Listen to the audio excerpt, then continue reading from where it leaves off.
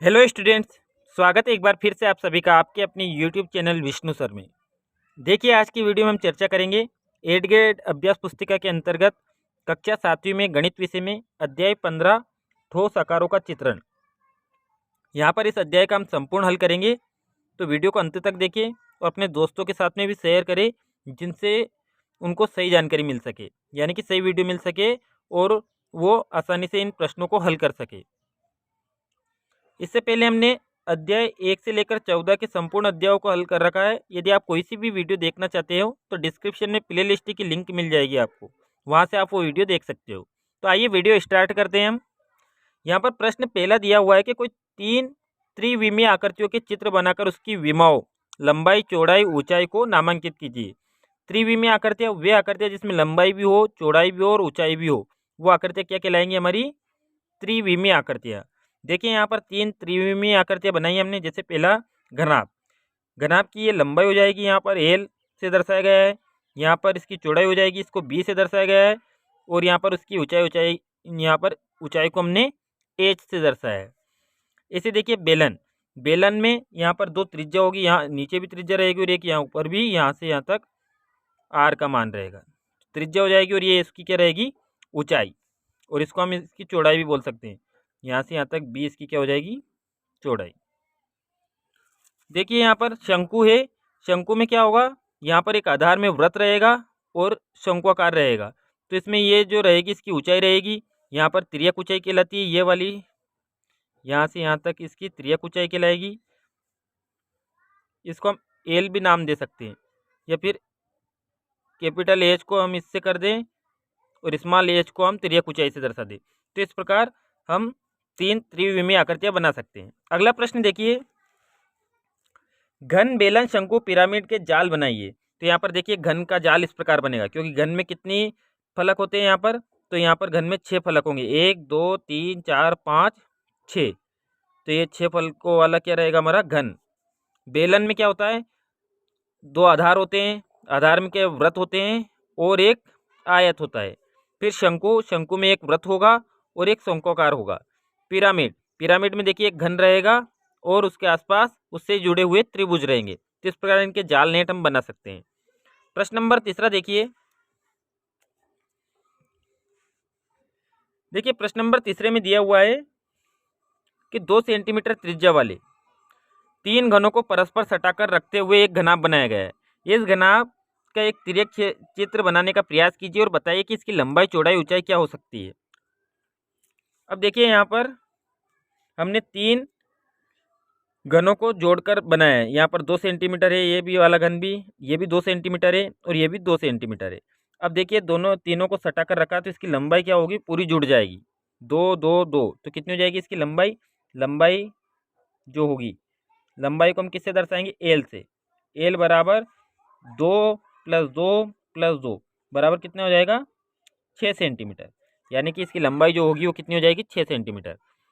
फिर देखिए चौड़ाई, चौड़ाई को हम दर्शाएंगे तो यहाँ पर चौड़ाई वही रहेगी, कितनी?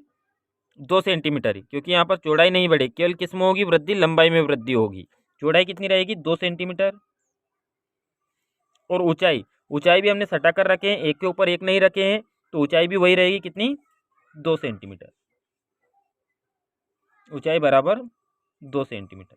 तो यहाँ पर जो वृद्धि हुई वो किस में हुई? केवल लंबाई में। अगला प्रश्न देखिए, प्रश्न नंबर 4। प्रश्न 4 देखिए कि यदि 2 सेंटीमीटर इंटू 2 2 यानी कि लंबाई, चौड़ाई, ऊंचाई 2 2 सेंटीमीटर विमाओं वाले 2 घनों को परस्पर सटाकर रखा जाए तो परिणामी घनाभ की विमाएं क्या होगी? तो देखिए, 2 घनों को यहाँ पर सटाकर रख रखा है, तो यहाँ पर लंबाई में वृद्धि होगी। लंबाई एल, यानी कि लंबाई का मान कितना हो जाएगा? परिणामी विमाएं बतानी है हमें। लंबाई एल बराबर कितनी हो जाएगी? क्योंकि 2 को सटाकर रखा है, तो 2 + 2 बराबर कितना हो जाएगा? 4 सेंटीमीटर।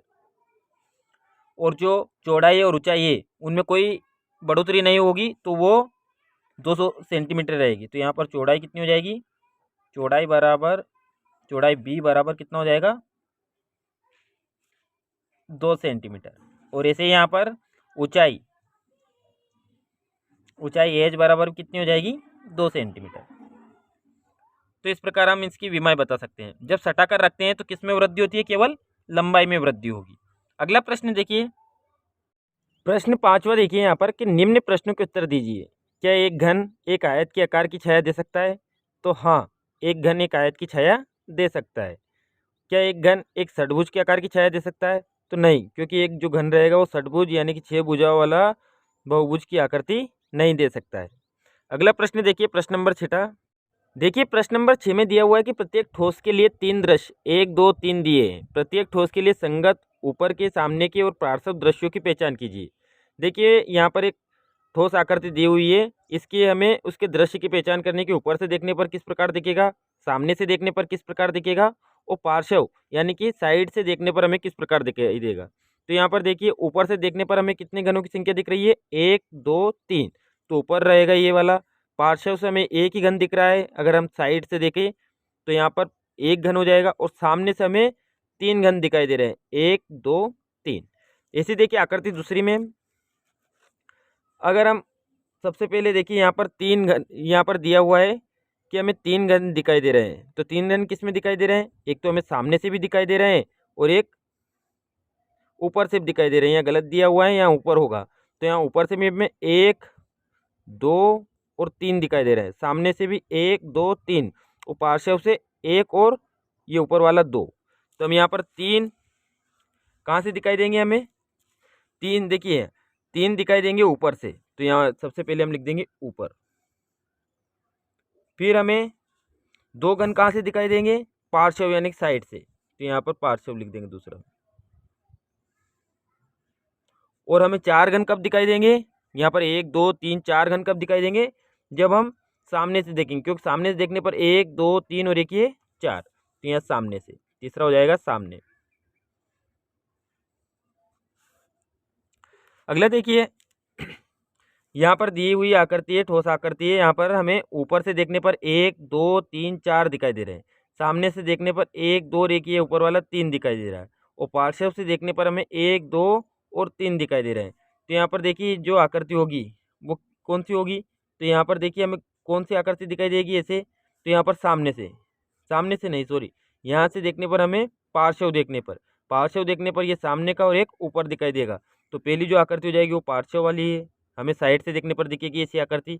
फिर अगर हम सामने से देखेंगे तो इस प्रकार की आकृति दिखेगी, क्यों, क्योंकि 2 सामने दिखाई दे रहे हैं, एक ऊपर दिखाई दे रहा है। तो यहाँ पर दूसरे में सामने। फिर तीसरा देखिए ऊपर से देखने पर हमें कितने 1, 2, 3, 4 दिखाई देंगे। तो यहाँ पर तीसरा वाला जो आकृति होगी वो हमें ऊपर से दिखाई देने पर ऐसी दिखाई देगी। फिर अगला देखिए,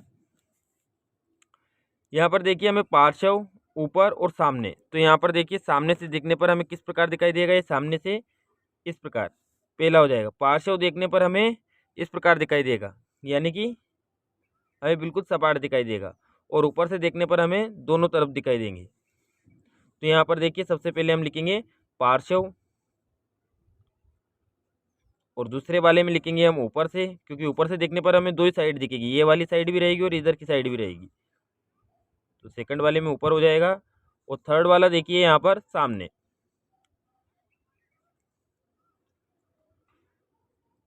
आइए अगला प्रश्न देखिए, प्रश्न नंबर 7वां। देखिए 7वें प्रश्न में हमें यहाँ पर निम्न सारणी को पूरा करना है।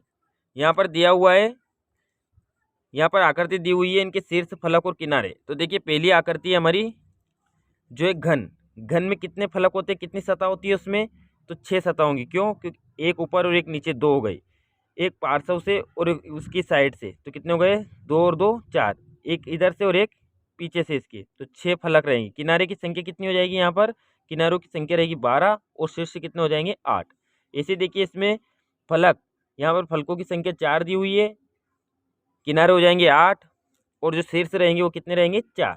यहाँ पर देखिए एक अष्टकोणीय पिरामिड दिया हुआ है, तो यहाँ पर इस पिरामिड में जो फलकों की संख्या होगी वो कितनी हो जाएगी 9, क्योंकि 1, 2, 3, 4, 4 ऊपर रहेंगे, फिर 5, 6, 7, 8 और एक नीचे 9। किनारों की संख्या 16 हो जाएंगी और शीर्ष कितने हो जाएंगे 9। अब यहाँ पर देखिए एक घनाभ या घन दिया हुआ है, इसमें एक आकृति और दे दी उसने अंदर, तो इस प्रकार इसमें फलक कितनी हो जाएगी 7, किनारे 15 हो जाएंगे और शीर्ष 10 हो जाएंगे। अगला प्रश्न देखिए, प्रश्न नंबर 8वां। देखिए 8वें प्रश्न में दिया हुआ है कि आपको कौन सा अनुप्रस्थ काट प्राप्त होती है जब आप निम्न ठोसों को क्षैतिज रूप में काटते हैं। जब एक गेंद को हम क्षैतिज रूप में काटेंगे यानी कि इस प्रकार काटेंगे तो हमें क्षैतिज रूप में इस प्रकार प्राप्त होंगी वो। और जब हम एक बेलनाकार पाइप को काटेंगे तो हम बेलनाकार पाइप को हम यानी कि क्षैतिज काटना है हमें या बीच में से काट देंगे तो हमें इस प्रकार प्राप्त होगा। अब देखिए अगला प्रश्न, प्रश्न नंबर 9। यहाँ पर किसी घनाभ की विमाएँ 5 सेंटीमीटर, 3 सेंटीमीटर और 2 सेंटीमीटर है। इस घनाभ का समदूरिक चित्र बनाइए। तो हम देखिए यहाँ पर एक समदूरिक चित्र बनाना है घनाभ का, जिसकी हमने लंबाई ले ली 5 सेंटीमीटर, ऊंचाई ले ली 3 सेंटीमीटर और चौड़ाई है इसकी 2 सेंटीमीटर। तो इस प्रकार एक 5, 3 और 2 सेंटीमीटर विमाएँ वाला एक घनाभ हम इस प्रकार समदूरिक चित्र बना सकते हैं। अगला प्रश्न देखिए 10वां प्रश्न। यहाँ पर दिया हुआ है कि नीचे दिए गए चित्र उनमें घनों की संख्या ज्ञात करके लिखिए। अब यहाँ पर चित्र दिया हुआ है हमें, इसमें हमें घनों की संख्या बतानी है। तो देखिए पहले चित्र में देखिए आप कितने घन हैं यहाँ पर, तो यहाँ पर क्रम से एक के ऊपर एक जमे हुए हैं। तो यहाँ पर 1 2 3 1 2 3 4 5 6 7 8 इस प्रकार कितनी लाइनें यहाँ पर 3 1 2 3 तो 8 3 24 हो जाएंगी। अगर ऊपर से भी हम गिने तो यहाँ पर 1 2 3 4 5 6 7 8 9 10 11 12 और 12 दूने 24 क्योंकि डबल है। तो पहले वाले में घनों की संख्या 24 हो जाएंगी। दूसरे में देखिए यहाँ पर 1 2 और नीचे कितने 1 2 3 4 5 6 6 2 8 हो जाएंगी इनकी संख्या। फिर तीसरी आकृति में देखिए, तीसरी आकृति में जो घनों की संख्या होगी वो कितनी हो जाएगी 9, क्योंकि 1 2 ऊपर 2 है, फिर 3 4 5 6 7 8 और एक ये बगल में निकल रहा है 9। तो इस प्रकार घनों की संख्या कितनी हो जाएगी यहाँ पर 9 हो जाएगी।